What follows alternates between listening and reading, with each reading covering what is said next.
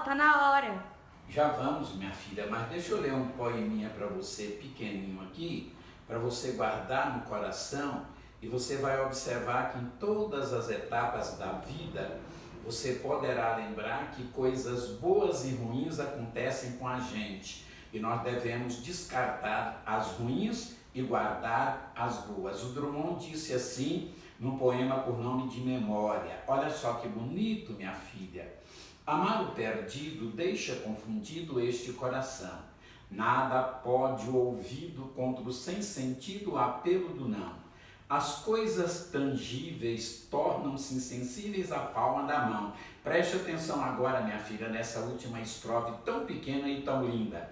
Mas as coisas findas, muito mais que lindas, essas ficarão. Então sempre ficarão coisas lindas do passado na nossa vida e no presente também tem coisas lindas e no futuro também. Como a vida é feita de coisas boas e ruins, é claro que nós teremos também problemas, porque Cristo diz que no mundo nós teremos aflições, mas as coisas findas, muito mais que lindas, essas ficarão. Vamos trabalhar, minha filha. Queridos alunos, meu abraço. Possivelmente eu não ia dar aula sábado para vocês. Eu não sei porquê, mas no Enem e no Enem anual e semestral eu terminei a programação. E com vocês é uma revisão, mas o Pavan me tirou do sábado e pediu que eu gravasse essa aula para vocês. Como eu quero falar bastante coisas para vocês, eu aproveitei para adiantar um pouquinho aqui, para a gente ganhar tempo. Nós terminamos o primeiro tempo modernista na aula passada e o segundo tempo modernista, vocês observam o aspecto político, 30, né? Vargas no poder, 1945, termina o quê? Termina a Segunda Grande Guerra. Então o mundo sofre transformações. Como o mundo sofre transformações, a literatura acompanha todo o processo histórico, científico, cultural, a literatura sofre transformações, né? Portanto, nesse tempo aqui, é a consolidação do movimento modernista. Aquele período anárquico, irreverente e destruidor passou. Aqui é a estabilização das conquistas novas. O que acontece aqui? Velhos e novos vivem uma espécie de quê? Pacto surdo. O verso livre convive harmoniosamente com o verso metrificado. Você lembra que no primeiro tempo modernista, o soneto não é aceito. Se poetas como Guilherme de Almeida, Manuel Bandeira e outros fizeram soneto, é pela ligação do passado, mas o soneto não era aceito. Era aceito aqui o quê? O verso livre, a prosa poética, o poema em prosa, o anarquismo, o espírito polêmico e destruidor, né? Agora não. Você pode fazer versos livres e você pode fazer o quê? Soneto, verso rimado, metrificado, sem problema nenhum. Então observe que aqui é estabilização.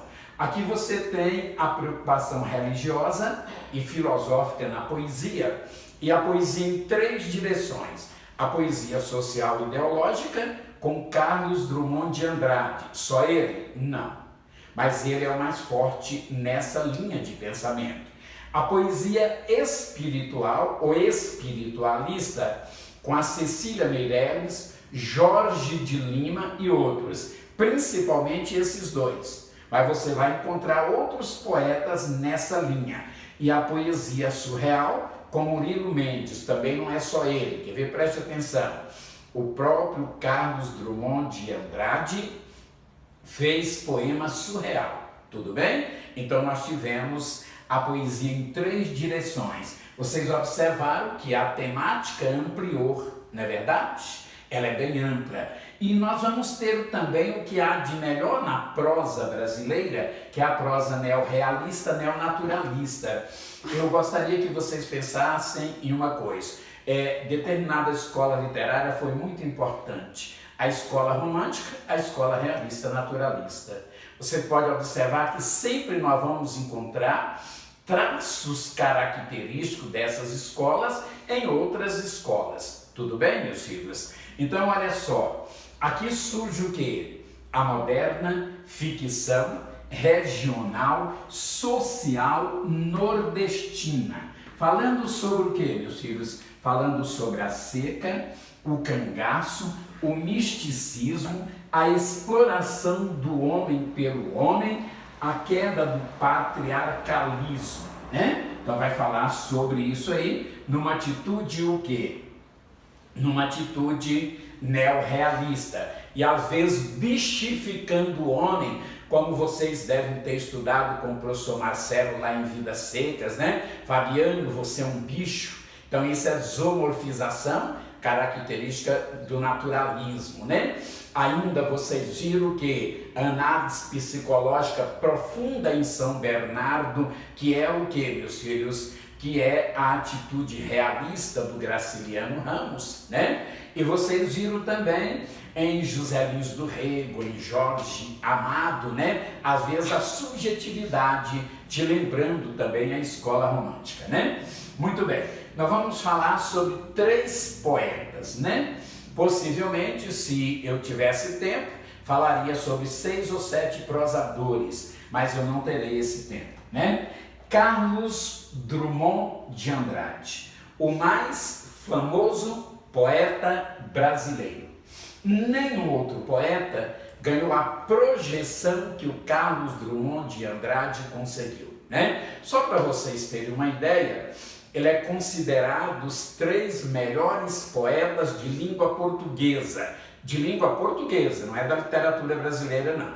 Tudo bem? É de língua portuguesa. Quais são eles? Camões, Fernando Pessoa e Carlos Drummond de Andrade. Perfeito, meus filhos? Então ele é considerado um dos 3 melhores poetas de língua portuguesa.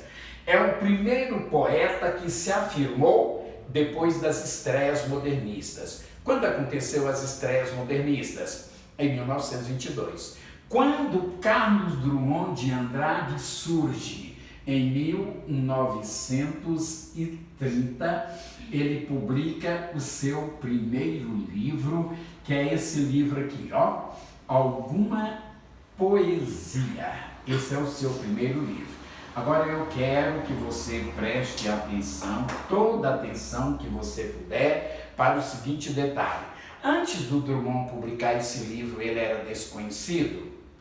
Não era, viu, meus filhos? Ele era conhecidíssimo. Por quê? Porque ele publicava em revistas, em jornais, né? Inclusive o Mário de Andrade, que foi o grande orientador do Carlos Drummond, ele publica em 1928 um poema do Carlos Drummond, que no final eu vou falar para vocês qual é o poema, né?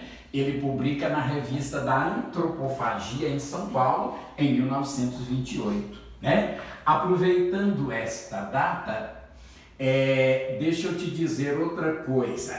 Se o segundo tempo modernista na poesia surge em 30, na prosa surge em 28, vocês estão lembrados disso? Quando José Américo de Almeida, que é o introdutor da moderna ficção regional social nordestina, publica o que, meus filhos? Publica o seu romance intitulado A Bagaceira, que vai falar sobre o problema da seca, da fome, da miséria, da opressão, da exploração do homem pelo homem, né?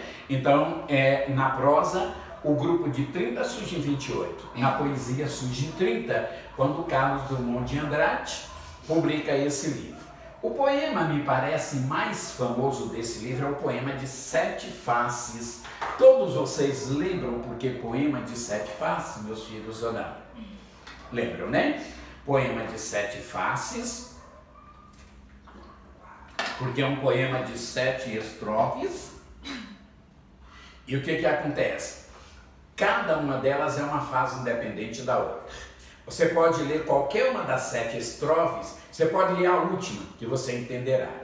Tudo bem? Você pode pegar a quarta, a quinta e ler, que você entenderá. De repente elas não têm ligação entre elas, são 7 faces independentes, mas elas são solidárias. Aí você possivelmente está lembrando de Vidas Secas, que são 13 capítulos independentes, mas solidários também. Não é verdade? Lá em Vida Seca você pode pegar qualquer um capítulo, Menino Mais Novo, Festa, que mais? Inverno, e você pode ler Baleia, qualquer um que você vai entender. Aqui acontece a mesma coisa. Você lembra do poema, meus filhos? Lembra ou não lembra? Ele diz assim, ó, vamos ver se a gente consegue ser bem rápido. Quando eu nasci, um anjo torto desses que vive na sombra disse: vai, Carlos, ser gosto na vida. Primeira estrofe. As casas espiam os homens que correm atrás das mulheres. A tarde talvez fosse azul, se não houvesse tantos desejos. Segunda estrofe, vocês vão me ajudando a contar. O bonde passa cheio de pernas, pernas brancas, pretas, amarelas. Para que tantas pernas, meu Deus? Pergunta meu coração. Porém meus olhos não perguntam nada. O homem atrás dos óculos e do bigode é sério, quase não conversa, tem poucos raros amigos, o homem atrás dos óculos e do bigode. Mundo, mundo, vasto mundo, se eu me chamasse Raimundo, seria uma rima, não seria uma solução. Mundo, mundo, vasto mundo, mais vasto é o meu coração. Meu Deus, por que me abandonaste, se sabias que eu não era Deus, se sabias que eu era fraco? Eu não devia te dizer. Mas essa lua, esse conhaque, bota a gente comovido como o diabo. Meus filhos, vocês observaram? Ele começa, quando eu nasci, ele está desmitificando o conto de fada. Era uma vez uma princesa que quando nasceu foi batizada pelas fadas. Lembra de A Bela Adormecida? Não é verdade? Agora ele diz, quando eu nasci, um anjo torto, errado, desses que vivem na sombra, preguiçoso. Quem vive na sombra não quer nada com a dureza. O que um anjo preguiçoso e errado poderia dizer? O que diz? Vai, Carlos, ser gauche na vida. Gauche é uma palavra francesa que significa ser esquerdo sem jeito. Vai ser esquerdo sem jeito pela vida. Perceberam? Agora a segunda estrofe, o que ele diz? Ele diz, as casas espiam os homens. Isso é uma personificação ou prosopopeia. Drummond gosta muito dessa figura, viu? Ele usa muito essa figura, tá certo? Prosopopeia ou personificação. As casas espiam. Ele animou as casas. Agora preste atenção que você tem outra figura dentro desse verso, dessa estrofe. Qual é a figura? A metonímia.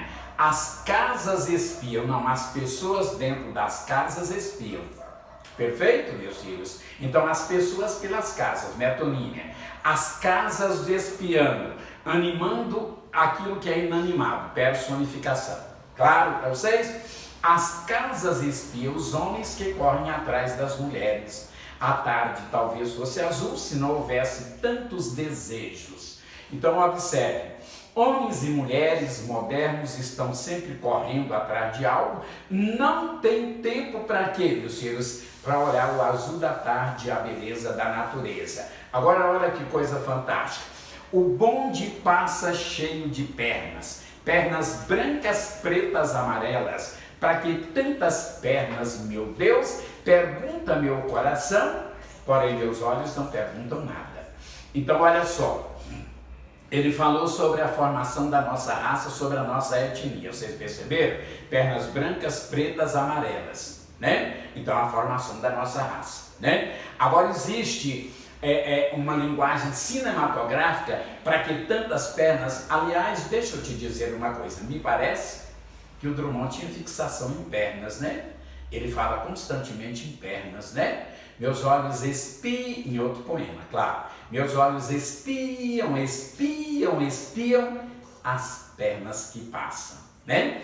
Parece que ele tinha fixação nisso. Existe um desvio de foco. Pergunta meu coração. Parece que ele faz assim, ó, e volta ao foco. Porém, meus olhos não perguntam nada. Ele fixa, não é verdade? Agora, o que ele vai falar? Mundo, mundo, vasto mundo, se eu me chamasse Raimundo, seria uma rima, não seria uma solução.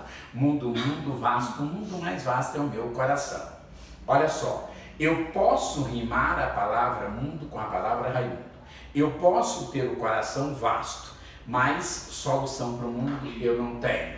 Curiosamente, ele é autor de outro poema que ele diz assim, ó, falando sobre o Tomás Antônio Gonzaga, autor de Marília de Dirceu, não é verdade? Que fala que o coração dele era vasto, era grande, e o Drummond em outro poema diz, não, meu coração não é maior que o mundo, nele não cabe nem as minhas dores, mas aqui ele está dizendo que o coração dele é grande, mas que solução para o mundo ele não tem, não é verdade? Isso realmente ele está dizendo que não tem. Depois, meus filhos, ele diz assim, o homem atrás dos óculos e do bigode é sério, quase não conversa, tem poucos raros amigos, o homem atrás dos óculos e do bigode. Eu não sei se vocês sabem, mas isso é comprovado através de estudo, que o homem moderno ele está se isolando cada dia mais. Por quê? Porque é perigoso relacionar, né? Então, de repente, nós moramos num prédio e às vezes nem conhecemos os nossos vizinhos. Nós apenas os cumprimentamos quando encontramos no elevador ou quando abrimos a porta do nosso apartamento e o sujeito de lá abre a porta também, né? Por isso os prédios modernos hoje tem academia, tem área de lazer que é para a gente relacionar, não é verdade? Depois ele diz assim, o Drummond lia a Bíblia, embora ele era ateu, né? Mas ele lia a Bíblia, que ele diz assim, meu Deus, por que me abandonaste se sabias que eu era Deus? Lá na Bíblia, Cristo é Deus, né? Ele falou para Filipe, quem vê o filho vê o pai, quem vê o pai vê o filho, pois o filho está no pai e o pai está no filho, né? Então, ele era Deus. E ele diz que ele não era Deus, ele era fraco, então não me abandone, porque Cristo, quando estava no madeiro, ele bradou, você lembra disso? Eli, Eli, lama sabachthani, que traduzindo é Deus meu, por que me desamparaste? Se você ler a Bíblia, e você deverá lê-la, você encontrará isso aí, né? E aí ele disse, sabias que eu era fraco, Cristo era Deus, eu não sou fraco, não me abandone. E aí ele termina de uma maneira fantástica, que é o autofechamento, né? Quando ele diz assim, ó,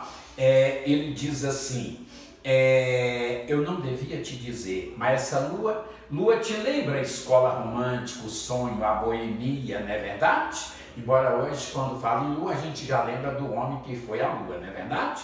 Mas antigamente a lua era dos seresteiros, né, dos enamorados, perfeito, meu senhor? Inclusive em música você encontra isso, Nelson Gonçalves cantando, né? E eu, triste boêmio da rua, casei-me outra vez com a lua, né? Então a lua era dos enamorados. E o conhaque, esta lua, esse conhaque, deixa a gente comovido, a bebida que deixa o sujeito emotivo, às vezes, né? Como o diabo. Então aí ele encerra o poema, viu? Esse é o poema de 7 faces. Vamos lembrar disso aqui, ó, meus filhos. A poesia do Carlos Drummond de Andrade, ela é o que, meus filhos? Ela é vertiginosa. O que é a poesia vertiginosa? É a poesia que te dá vertigem, que te deixa tonto, né? Então a poesia dele é vertiginosa. Você lembra disso? Ele é altamente irônico. Isso aqui te lembra Machado de Assis, viu? Ele é humorista, tá certo? Te lembra Machado de Assis? Ele era admirador do Machado de Assis. Você lembra que ele escreveu um poema para o Drummond? A um bruxo com amor. O Machado era chamado de o bruxo de Cosme Velho. Você lembra por quê? Ele tinha um caldeirão de bronze lá na casa dele, do lado de fora, onde ele queimava os papéis que ele não queria mais. Então os papéis velhos ele ia lá e queimava. E pessoal, o bruxo está queimando as suas coisas ali no caldeirão, né? Por isso ele é chamado de um bruxo de Cosme Velho. E o Carlos Drummond de Andrade dedica um poema para ele, a um bruxo com amor, né? Perfeito, meus filhos? Então, o Drummond diz uma coisa do Machado. Alguns leram da vida um capítulo nesse poema, viu? Tu leste o livro inteiro. Porque o Machado sabia tudo da vida, foi um psicólogo, né? O humor do Drummond é um humor o quê, meus filhos? É um humor corrosivo, viu? Então, o humor dele é um humor corrosivo. Seu humor corrói, viu? É como o humor do Machado de Assis. Não é um humor alegre, é um humor amargo, viu? Que você lê e você sorri. Por quê? Porque é próprio do ser humano sorrir da desgraça alheia. Então, seu humor corrói, o humor dele é humor amargo. Ele é o poeta de quê? Ele é o poeta do cotidiano, que vê a vida e sofre com a vida. Você lembra o que ele falou, meus filhos? Ele diz assim, ó: não serei o poeta do mundo futuro, também não cantarei o mundo caduco. Estou preso à vida cotidiana. E olha, meus companheiros, estão taciturnos, mas todos nutrem uma grande esperança. Por isso não nos afastemos muito, vamos de mãos dadas. Olha mais o que ele diz: não serei o cantor de uma mulher, não distribuirei carta de suicidas e nem suspiro ao anoitecer.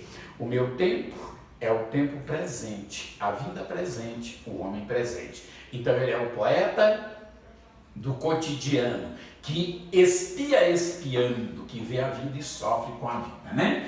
A linguagem dele é uma linguagem o que, meus filhos? Altamente substantivada, viu? Ele inclusive vai escrever assim, ó: com o passar do tempo eu percebi que os substantivos são totalmente dispensáveis. E aí ele vai mostrando o substantivo que pode substituir o adjetivo. A linguagem é substantivada, objetiva, viu? Deixa eu te dizer uma coisa. Murilo Mendes, João Cabral de Melo Neto e Graciliano Ramos empregam essa mesma linguagem, tudo bem? Graciliano, então, é uma coisa fantástica. Você pode encontrar um texto da obra dele sem nenhum adjetivo, viu? Então, a linguagem objetiva, a linguagem substantivada, ele é o que? Ele é antilírico, intencional, né? Então, ele é antilírico, intencional, não é verdade? Vocês já observaram nos poemas que nós já falamos isso aqui, perfeito, meus filhos? Agora observe o seguinte: ele vai empregar em sua poesia, nós encontramos o emprego de que? Do processo de interrogação, e o que mais, meus filhos? E negação, né? O processo de interrogação e negação. Eu não vou perguntar a vocês, porque isso aqui é uma gravação, mas eu vou contar aqui para vocês aonde que nós encontramos isso, naquele poema por nome de José, tudo bem? Isso aqui, meus filhos, é o emprego da técnica cubista, viu? Você lembra das vanguardas europeias, cubismo, surrealismo, né? Dadaísmo, impressionismo, que eu devo ter falado para vocês no início da nossa aula. Então aqui ele emprega a técnica cubista, tudo bem? Ele vai interrogar, vocês lembram disso? Lembram, né? É o eu na figura do tu aqui, ó. E agora, José? Interrogou? Agora vem a negação. A luz apagou, a festa acabou, o povo sumiu. Ele vai repetir isso insistentemente, usando uma figura chamada de anáfora. O que é anáfora? Repetição de palavras no início do verso ou da frase. Lá na escola barroca vocês encontraram muito essa figura, não é verdade? É ou não é? É claro, né? Então, aqui é a técnica cubista, viu? Que ele empregou aqui nesse poema José, né? O que nós vamos encontrar ainda na obra dele? O questionamento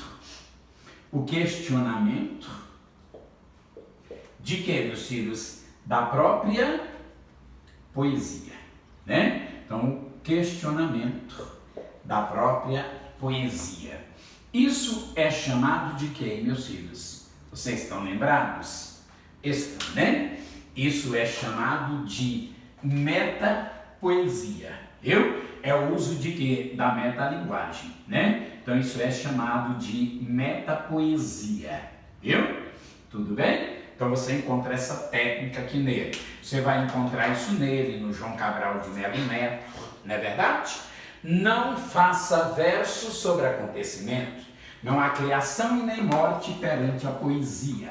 Diante dela, a vida é um sol estático. Não aquece nem ilumina. Penetra surdamente no reino das palavras, que lá você encontrarão os poemas que esperam ser escritos. Chega mais perto, examine as suas faces e ela te fará uma pergunta. Trouxeste a chave? Pois é feito de quê, meus filhos? De palavras. Não faça verso sobre acontecimento. Tá vendo? Então, aniversário, casamento, tua poesia não tem nada a ver com isso. Poesia é feita de palavras, né? Mais tarde, vocês encontrarão João Cabral de Melo Neto falando assim, ó. De uma sentada só, eu nunca consegui fazer um poema. Poema não é fruto da inspiração, é fruto do trabalho intelectual. Perceberam a objetividade? É a mesma coisa que o Drummond está falando aqui. Tudo bem? Então observe vocês que o questionamento da própria poesia. Mas nós vamos encontrar isso aqui também. Quer ver, meus filhos? Olha o que nós vamos encontrar. Os laços familiares. Os laços familiares. A infância. Né? Isso nós encontramos também, viu? A infância. A cidade onde nasceu. Você lembra qual é a cidade onde ele nasceu, meus filhos? Ele nasceu em Itabira de Mato Dentro, né? Então observe que isso manifestam-se em sua poesia, viu? Os laços familiares, a infância, o passado, a cidade onde nasceu. Vocês querem ver, meus filhos, assim, bem rapidinho? Ele diz assim, ó. Olha aqui que ele diz. O que ele falou? O pai dele chegou a ter 3 fazendas, viu? Ele disse assim, ó. Meu pai montava a cavalo e saía a campear no mato sem fim da fazenda. Ficava eu, minha mãe, meu irmão menor. Psiu. Não faça barulho para não acordar o seu irmão. Lá na casa grande a preta velha gritava: café tá pronto! Café forte, café cheiroso, café gostoso. Eu não sabia que a minha história era mais bonita que a de Robinson Crusoe. Ou Crusoe, viu? Que a de Robinson Crusoe. Então observe que os laços familiares, né? A infância, o passado, o presente na obra dele. A cidade onde ele nasceu, ele diz assim: alguns anos vivi em Itabira, principalmente nasci em Itabira. Por isso sou triste, orgulhoso de fé. Essa vontade de amar que me paralisa o trabalho vem de Itabira, com suas noites sem mulheres e sem horizontes. Vocês sabem que o povo de Itabira ficou chateado com ele, criticou ele por causa desse verso, né? Suas noites sem mulheres e sem horizontes. Então eles ficaram chateados com ele por isso aí, não é verdade? E ele diz: Itabira é apenas uma fotografia na parede, mas como dói. Então ele fala sobre Itabira. E ele tem um outro poema, que ele diz, por nome de cidadezinha qualquer, você lembra disso? Que ele diz assim, ó. Olha só o que ele disse, meu filho, cidadezinha qualquer. Ele vai falar assim: casas entre bananeiras, mulheres entre laranjeiras, pomar, amor, cantar. Um homem vem devagar, um cachorro vem devagar, um burro vem devagar. Devagar as janelas espiam. Eita vida besta, meu Deus, da cidade pequena sem significação, né? Meus filhos, vocês lembram que ele é chamado de quê? O estilista da repetição, né? O estilista da repetição. Vocês já perceberam? Mundo, vasto mundo. Não é verdade? Se eu me chamasse Raimundo, seria uma rima, não seria uma solução. Mas eu vou falar em outro poema aqui para vocês. Lembra que no início eu falei que em 1928 ele manda, isso eu não falei, 3 poemas para o Mário de Andrade em São Paulo e uma carta. E o Mário de Andrade responde a carta dele dizendo assim: gostei dos 3 poemas, mas principalmente desse aqui, ó, no meio do caminho. No meio do caminho. Principalmente desse, que eu vou publicar, isso foi em 1928, na revista da Antropofagia e publicou, né? Esse poema. O Mário ainda profetiza o seguinte: esse poema vai ser o quê? Uma paulada na burguesia intelectual desse país, e foi. Você lembra do poema, não é verdade? Ele disse: no meio do caminho tinha uma pedra. Tinha uma pedra no meio do caminho. No meio do caminho tinha uma pedra no meio do caminho. Nunca me esquecerei, na vida de minhas retinas tão fatigadas, que no meio do caminho tinha uma pedra no meio do caminho, É? Então observe vocês que ele repete, e foi uma pedrada na burguesia, porque ele empregou o verbo errado, vocês perceberam, né? O verbo correto seria qual? O verbo haver, né? No meio do caminho havia uma pedra, tudo bem? E depois a pedra é obstáculo. Dizem que ele escreveu esse poema porque vocês sabem, todos vocês, que ele foi expulso de uma escola por um professor de português. Por quê, meus filhos? Por insubordinação intelectual. É que ele sabia muito, né? Então observe que ele foi expulso por isso. Diz que ele escreveu esse poema por isso, né? Agora, não sei se é verdade ou se é apenas especulação, né? A verdade é que ele repete, e agora José, ele repete, né? Moça bonita foi feita para namorar, soldado barbudo foi feito para brigar. Meus olhos espiam as pernas que passam. Além de poeta, esse rapaz foi contista, grande contista e cronista brasileiro, não é verdade? Grande contista e cronista brasileiro, esse rapaz, né? Então observe vocês que, além disso, ele foi ensaísta, mas ele não foi romancista, viu? Se te perguntar se ele foi romancista, você já sabe que não. Ele é grande poeta e grande cronista brasileiro e fez também ensaios. Tudo bem? Muito bem. Meus filhos, outro poeta que foi muito popular na época dos pais e avós de vocês foi esse aqui, ó, Vinícius de Moraes, né?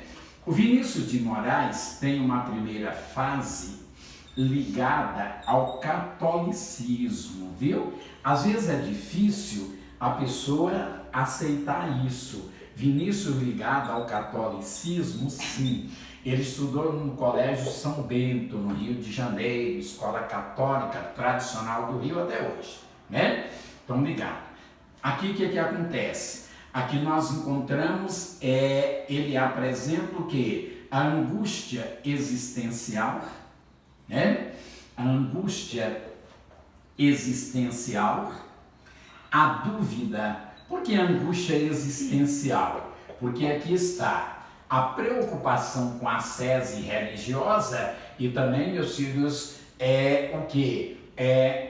o espírito libertino dele, a busca da carnalidade. Daí te traz angústia. Isso te lembra a escola barroca, não é verdade?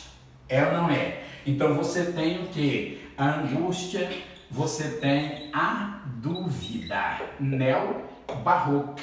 Não é verdade, meus filhos? Por quê? Porque aqui você encontra essa preocupação aqui, ó. Essa preocupação espiritual, material. Isso não te lembra a escola barroca, né? Preocupação material é espiritual, ou eu deveria ter colocado primeiro espiritual, né? Já que nós falamos que ele está ligado ao que é o catolicismo. Então a preocupação espiritual, material, a dúvida barroca, né? Muito bem. Agora observe o seguinte, na segunda fase, a crítica diz assim, ó, que o Vinícius, na segunda fase, vai ter um encontro com ele mesmo, viu? Aqui ele vai mostrar uma grande preocupação social, né? Uma grande preocupação social universal. Basta que você lembre de alguns poemas. O Operário em Construção. Favor não confundir com a música Construção do Chico. Lembra da música Construção? Lembra ou não lembra? Amor daquela vez como se fosse a última. Lembram, né? E o poema Operário em Construção. Era ele que erguia as casas onde antes só havia o chão. Ele, sendo livre, fazia a sua prisão, era o operário em construção. Lembra da Rosa de Hiroshima? Tão bem gravado pelo Ney Matogrosso, né? A Rosa de Hiroshima. E lembra também, meus filhos, da bomba atômica. Ele diz, a bomba atômica é triste, coisa mais triste não há. Quando cai, cai de mansinho, vem caindo devagar. Tão devagar vai caindo que dá tempo a um passarinho de pousar nela e voar. Coitada da bomba atômica que não gosta de matar, mas que ao matar, mata tudo, que mata a vida da terra e mata a vida do ar.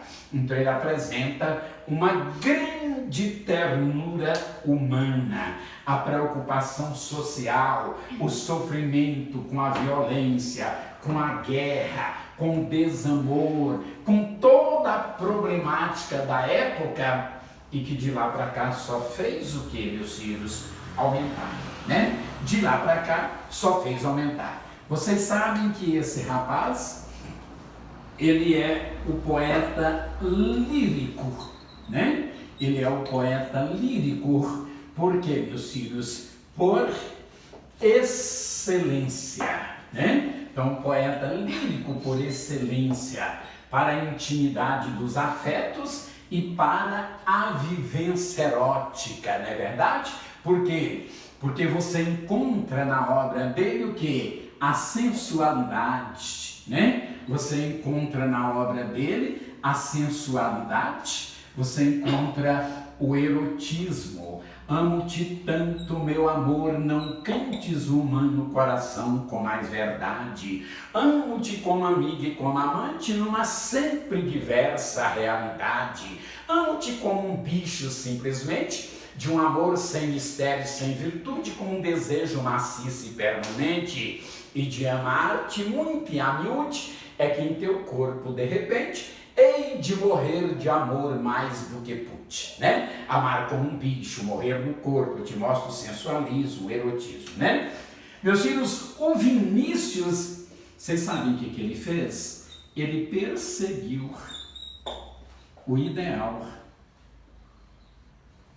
da perfeição, o ideal da perfeição na mulher amada. Como não existe o ser humano perfeito, não é verdade? Por isso, ele casou 9 vezes. Era uma muito família, né? Porque ele perseguiu o ideal da perfeição na mulher amada. Tá certo? Meus filhos, olha só o que acontece. Acontece que o Vinícius, ele foi entrevistado uma certa época antes de morrer e foi perguntado a ele se ele gostaria de ser lembrado por alguma obra, e ele disse que sim, pelo soneto da fidelidade, né? Mas o soneto da fidelidade, se você observar, é a cara do Vinícius de Moraes, né? É ou não é? Amo-te tanto, meu amor, não cantes o humano coração com mais verdade. Amo-te como amiga e como amante numa simples realidade. Não, isso eu já falei para vocês, né? O soneto da fidelidade não é isso, não é assim. De tudo ao meu amor serei atento antes de contar-vos ele sempre tanto, que mesmo em face do meu maior encanto, dele se cante mais meu pensamento. Quero viver em cada momento em seu louvor e de espalhar meu canto, e rir meu riso e derramar meu pranto, a seu pesar, a seu contentamento. E assim, quando mais tarde me procures, quem sabe a morte, a angústia de quem vive, quem sabe a solidão, o fim de quem ama. Eu possa me dizer do amor que tive, que não seja imortal, posto que é chama, mas que seja infinito enquanto dure. Isso não é amor, né, meus filhos? Isso é o quê? Paixão, não é verdade? Que não seja imortal, posto que é chama, mas que seja infinito enquanto dure. Enquanto durar, tem que ser o quê, meus filhos? Tem que ser grande, né? Perfeito, meus filhos? Muito bem, né?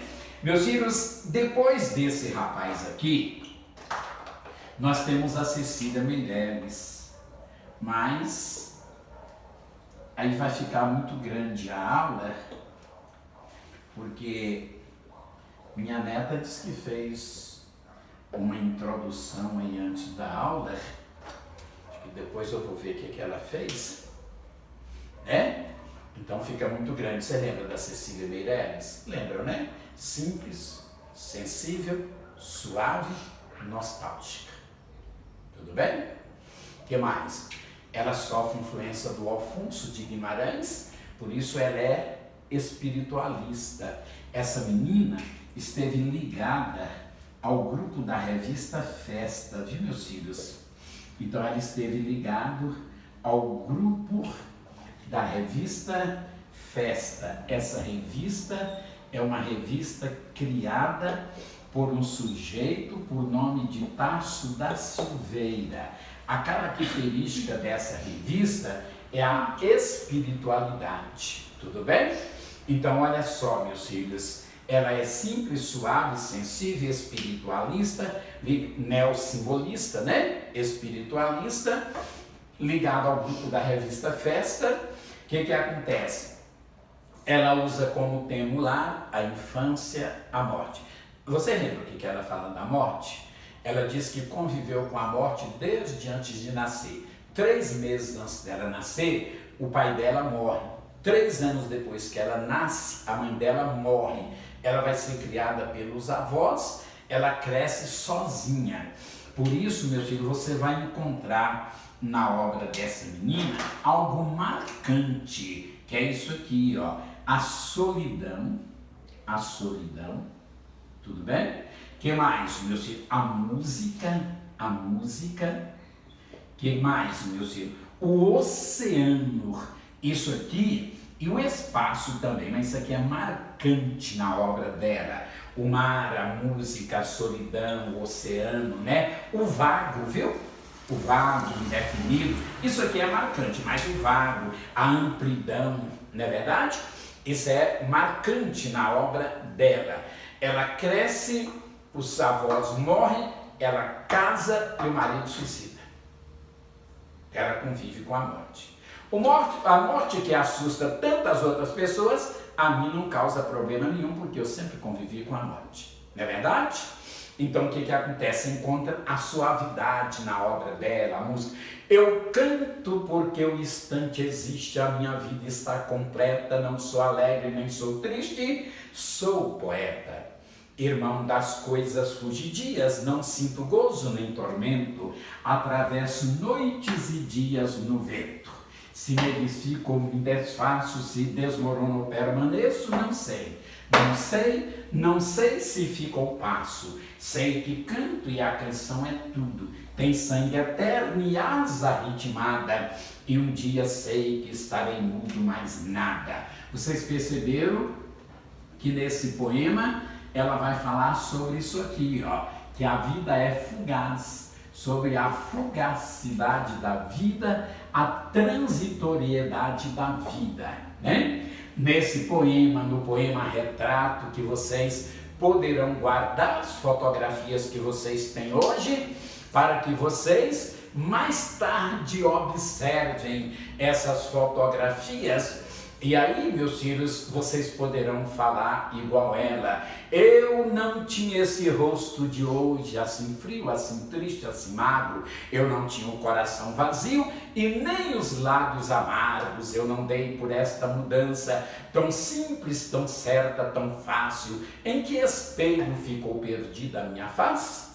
Então a vida é transitória. Mas eu li um poema para minha neta hoje e citei o último verso para ela, como é bonita. Mas as coisas lindas, muito mais que findas, essas ficarão. São coisas que ficam guardadas na nossa memória, no nosso coração, né, meus filhos, para sempre. Essa menina aqui, ela é a melhor poetisa brasileira de todos os tempos, né? Ela é a melhor poetisa brasileira de todos os tempos. Além de poeta, ela foi o quê? Contista, cronista, escreveu uma obra romanceada fantástica, histórica, que é um poema romanceado, é um romance em versos, viu? É Romanceiro da Inconfidência, falando sobre a Inconfidência Mineira, fez literatura infantil, foi uma pessoa fantástica, poeta, contista, cronista, ensaísta, crítica literária, sensacional, né? Meus filhos, agora olha só, como nós, isso aqui é uma gravação, e eu não sei, talvez eu não precisasse nem falar isso aqui para vocês, porque possivelmente, o professor Marcelo, possivelmente não, com certeza, né? O professor Marcelo já falou tudo isso para vocês, isso aqui é revisão. Se vocês tiverem alguma pergunta, vocês poderão ligar para mim nesse número aqui, ó, tudo bem? E me perguntar. Se vocês também quiserem fazer qualquer comentário, 98505848, se vocês quiserem fazer qualquer comentário, vocês poderão ligar para mim, que é um prazer falar com vocês. Meus filhos, foi bom esse contato com vocês, me parece que foram 3 aulas contando com essa gravação, né? 2 aulas e essa gravação. E eu gostaria muito de vê-los, de olhar para os olhos de vocês e ver o que vocês estavam sentindo, né? Vocês fiquem com Deus, boa prova, Deus abençoe vocês, sucesso para vocês, né? Espero que vocês continuem a caminhada de vocês agora na universidade. Um abraço, um beijo, fiquem com Deus, bom dia.